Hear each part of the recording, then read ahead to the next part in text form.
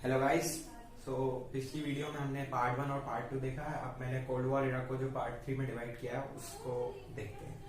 तो हमने देखा कि जैसे कि शीत युद्ध किसी भी बड़े युद्ध में ट्रांसफर नहीं हो पाया। उसके दो कारण थे। एक तो वो दोनों महाशक्तियां जानती थी कि हम जीत नहीं पाएंगे, और दूसरा कारण था कि गुटनिरपेक्ष जो देश थे, मतलब जो दोनों साइड नहीं थे, किसी की साइड नहीं थे, वो अलग थलग रह रहे थे। वो अलग थलग दोनों देशों के बीच युद्ध नहीं होने दे रहे थे। तो गुटनिरपेक्ष आंदोलन आपने सुना होगा ना। तो गुटनिरपेक्ष आंदोलन चला जिसके संस्थापक थे Jawaharlal Nehru, Joseph Broz Tito और गमाल अब्दुल नासिर। इन तीनों ने क्या किया, 1955 में एक मीटिंग करी जो कुछ हद तक मीन्स बहुत ज्यादा सफल हुई। इसके बाद इन तीनों का सपोर्ट करने के लिए सुकर्णो इंडोनेशिया के प्रथम राष्ट्रपति और बाने एनक्रुमा जो कि घाना के प्रथम प्रधानमंत्री थे, इन दोनों ने बहुत सपोर्ट किया। तो इन पांचों नेताओं की वजह से गुटनिरपेक्ष आंदोलन की शुरुआत हुई।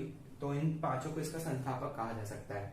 तो हमने क्या देखा कि 1960 के दशक में दोनों पक्षों ने क्या किया, तीन संधियां की। अब क्या था कि शीत युद्ध के टाइम पे बहुत इनसिक्योर फील हो रहा था सारी कंट्रीज को। तो सब अपने अपने लिए क्या कर रहे थे, बहुत सारे हथियार इकट्ठे कर रहे थे, लाइक बहुत सारी missiles and many more things. तो इन सब चीजों को इकट्ठा कर रहे थे। तो अब ये भी हो सकता है कि मान लो सामने वाली कंट्री ने अटैक नहीं किया, लेकिन कहीं गलती से कुछ मिसाइल वगैरह जैसे किसी ने शरारत करने की कोशिश करी, तो ऐसा हो सकता है ना कि मतलब कोई नहीं चाहता तब भी युद्ध हो गया। तो इस चीज का भी डर था कि हम नहीं चाह रहे तब भी युद्ध हो सकता है। तो इसलिए क्या हुआ कि 1960 में तीन संधियां हुई, तीन प्रमुख संधियां हुई। पहली संधि थी परमाणु परीक्षण प्रतिबंध संधि, दूसरी थी परमाणु अप्रसार संधि और तीसरी थी परमाणु प्रेक्षापास्त्र परिसीमन संधि। इसको एंटी बैलिस्टिक ट्रीटी ऑर्गेनाइजेशन बोलते हैं। ये तीनों संधियों के अलावा बहुत सारी संधियां थी, लेकिन ये प्रमुख तीन संधियां थी जो 1960 के दशक में हुई थी। अब क्या था कि 1955 में गुटनिरपेक्ष आंदोलन की स्थापना कर दी थी। इसकी संस्थापक आपने देख लिए। 1956 में अपन को पता है कि क्या हुआ था, बैठक हुई। फिर इसके बाद इन पांचों ने मिलकर बहुत कुछ किया, और जिससे कि इन्होंने क्या किया कि हर एक कंट्री को इस चीज के लिए मोटिवेट किया कि सब अलग रहें, सब किसी के सामने। अब देखिए, ये हो सकता है कि आप पूछ सकते हैं कि गुटनिरपेक्षता का मतलब मीन्स गुटनिरपेक्षता होती क्या है। असल मायने में गुटनिरपेक्षता मतलब ये तटस्थता का पालन नहीं करते थे। तटस्थता क्या होता है, तटस्थता जो वर्ड है इसका मतलब होता है कि जैसे बड़े पैमाने पर विश्व में युद्ध चल रहा है, तो कोई भी जैसे मान लीजिए भारत उसमें भाग नहीं लेना चाहता, तो वो तटस्थता का पालन कर रहा है।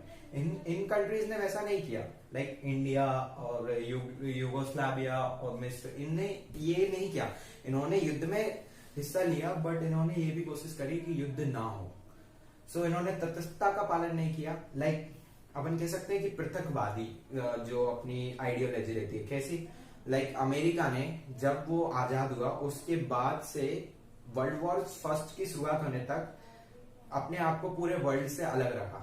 मीन्स वो किसी भी चीज में भाग नहीं लेता था, अपना देखता था, अपना करता था। तो वो उसको पृथकवाद कहेंगे। तो मतलब अमेरिका ने पृथकवाद का सिद्धांत का पालन किया, लेकिन इन कंट्रीज ने पृथकवाद का पालन नहीं किया, और इन्होंने सब कुछ किया और ये कोशिश करी कि वर्ल्ड वॉर 3 ना हो पाए। ठीक है, तो इन कंट्रीज का बहुत योगदान रहा। लाइक जवाहरलाल नेहरू और इंडिया, खासकर इंडिया ने क्या किया, इंडिया ने सबसे पहले तो जवाहरलाल नेहरू ने उत्तर कोरिया और दक्षिण कोरिया के बीच में मध्यस्थता की और दोनों के अच्छे संबंध कराने की कोशिश करी। जोसेफ ब्रॉन टिटो जो कि यूगोस्लाविया के थे, इन्होंने कॉन्गो, आपने देखा था पिछली वीडियो में मैंने कॉन्गो का जिक्र किया था, कॉन्गो में जो संकट हुआ था उसको टालने की कोशिश करी थी। ऐसे ही इन सब चीजों में आपको देखने को मिलेगा कि इन सब देशों ने बहुत मदद करी गुटनिरपेक्ष आंदोलन को चालू करने में। अब गुटनिरपेक्ष आंदोलन चालू हो गया। इसके बाद 1961 में इसका पहला सम्मेलन हुआ था बेलग्रेड में, जिसमें 25 कंट्रीज एज अ मेंबर वहां पे प्रेजेंट हुई थी।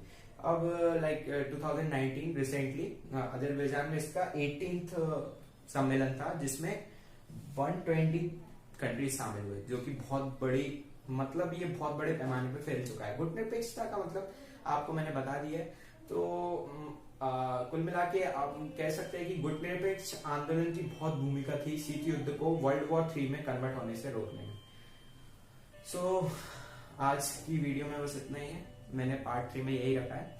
तो मैं ये कहना चाहूंगा, मैंने डिस्क्रिप्शन में एक लिंक डाली है उमंग ऐप की, जो कि बहुत अच्छा ऐप है। इसमें आपको एनसीईआरटी से related books like JEE advance का भी स्टडी मटेरियल मिल सकता है। ये इंडियन गवर्नमेंट का ऐप है, इस पे एनसीईआरटी की सारी बुक्स मिलेंगी। तो मैंने लिंक डाली है, आप उसको डाउनलोड करें, या फिर आपके पास पहले से ही डाउनलोड हो तो जो मैंने लिंक, अगर आप उसको सर्च नहीं कर पा रहे, जैसे आपको क्लास 12 का सर्च करना है ये सब्जेक्ट पर्टिकुलरली, तो मैंने वो लिंक डाली है। ये पर्टिकुलर चैप्टर 1 का ही लिंक मैंने आपको डिस्क्रिप्शन में डाली है। तो अगर आपके पास ऐप डाउनलोड है तो वो डायरेक्ट वहां पे रिडायरेक्ट हो जाएगा और आपका चैप्टर वो वाला खुल जाएगा। और अगर आपका ऐप डाउनलोड नहीं है तो आप डाउनलोड क्लिक करेंगे लिंक पे, गूगल खुलेगा, फिर उसके बाद वो आपको पॉपअप आएगा, उसमें बोलेगा कि आप किससे डाउनलोड करना चाहेंगे इस ऐप को, फिर उमंग को डाउनलोड करना, उसके बाद दोबारा लिंक खोलना तो आपको वही चैप्टर ओपन हो जाएगा।